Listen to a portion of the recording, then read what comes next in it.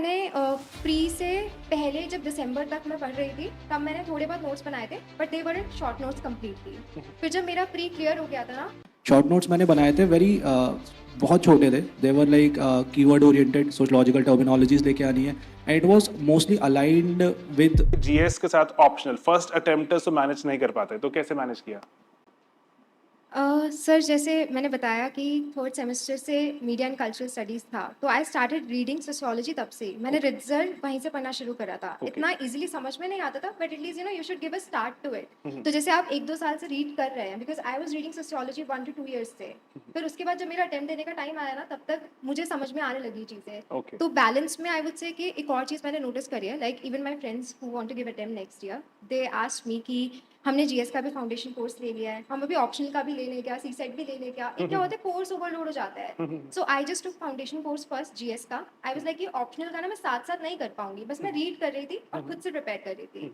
And then जब pre वगैरह हो गया, then I took the crash course, test series, everything. तो मुझे लगता है एक तो पहली चीज़ आप पहले से रीड करने की हैबिट बनाएं, अंडरस्टैंड करें उसको, और फिर कोर्स ओवरलोड ना करें अपनी कैपेसिटी के अकॉर्डिंग, बिकॉज फिर क्या है कि आप एक भी कोर्स कंप्लीट नहीं कर पाते हैं। ओके, हाँ, क्योंकि क्लासेस में बैठे रह जाओगे आप। या और जैसे शॉर्ट नोट्स बनाए तुमने कभी? सर मैंने प्री से पहले जब दिसंबर तक मैं पढ़ रही थी, तब मैंने थोड़े बहुत नोट्स बनाए थे, but they weren't short notes completely. फिर जब मेरा प्री क्लियर हो गया था ना, तब मेरे पास शॉर्ट नोट्स का इतना टाइम नहीं था, तो मैंने कुछ बहुत इंपॉर्टेंट टॉपिक्स के बना लिए कि बस एग्जांपल्स वाले या करंट अफेयर्स में से कुछ निकालना है, वो जो अपने स्कॉलर्स होते हैं उनके लिंकेजेस बना लिए। बट मैंने पूरे नहीं बनाए, बिकॉज मेरे पास इतना टाइम नहीं था। And majorly I would say कि हमारे एक रट्टाफिकेशन नोट्स होता है, तो वहाँ से मुझे बहुत हेल्प मिल गई। वो तो सो बिल्कुल लास्ट में वो तो ऐसा होता है कि या बस एकदम पेपर लास्ट में में कर जाके सब लीजिए। कुछ बता दो एग्जामिनर को। हाँ, तो मतलब आई बिलीव कि अगर फर्स्ट अटेम्प्ट है तो इतना टाइम नहीं होता है, तो मोर फोकस आंसर राइटिंग पे रखिए। नोट्स बनाइए, बट बहुत इंपॉर्टेंट टॉपिक्स के जो आपको लग रहा है बहुत ज़्यादा नीडेड है, बस उनके। ओके, आयुष तुम्हारा भी सेम ही रहा? सब मेरा थोड़ा सा डिफरेंट है since I did not take any foundation course anywhere. तो मेरा मोस्टली सारा old school books and everything was there. तो I had made notes initially क्योंकि एनीवेज बनाने थे. एंड फिर माय आइडिया वाज टू जो शॉर्ट नोट्स वाली चीज़ थी.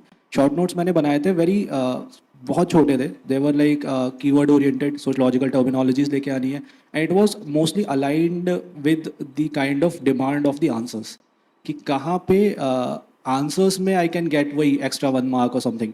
तो उस चीज़ के लिए नोट्स बनाए थे कि कहाँ पे थिंकर्स को आई कैन इनकॉपरेट, कहाँ पे theories I can bring in terminologies and sometimes of templates if I can. कि आपने भी सर वो मतलब there was a mnemonic if I am not wrong.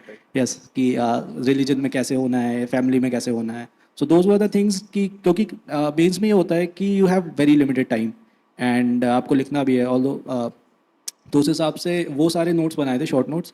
And बाकी I had another set of notes जो थोड़े बल्कि थे एंड उसमें काफ़ी टाइम भी गया था. तो मैंने बहुत सारी बुक्स पढ़ी थी. I don't recommend people to do that, but since I. वैसे बहुत लोग बुक्स पढ़ते हैं, वैसे आई एम श्योर, है ना? Many of you they would want to read books.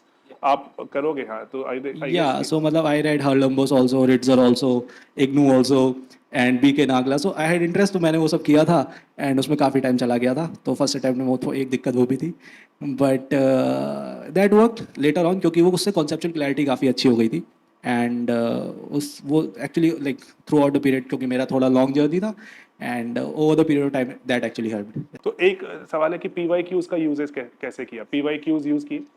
So PYQs has been the holy grail for me in like all the 3 phases, even for personality test and like जो question पूछ रहे हैं about and all that. क्योंकि PYQs में specially for optional I believe themes repeat होते हैं.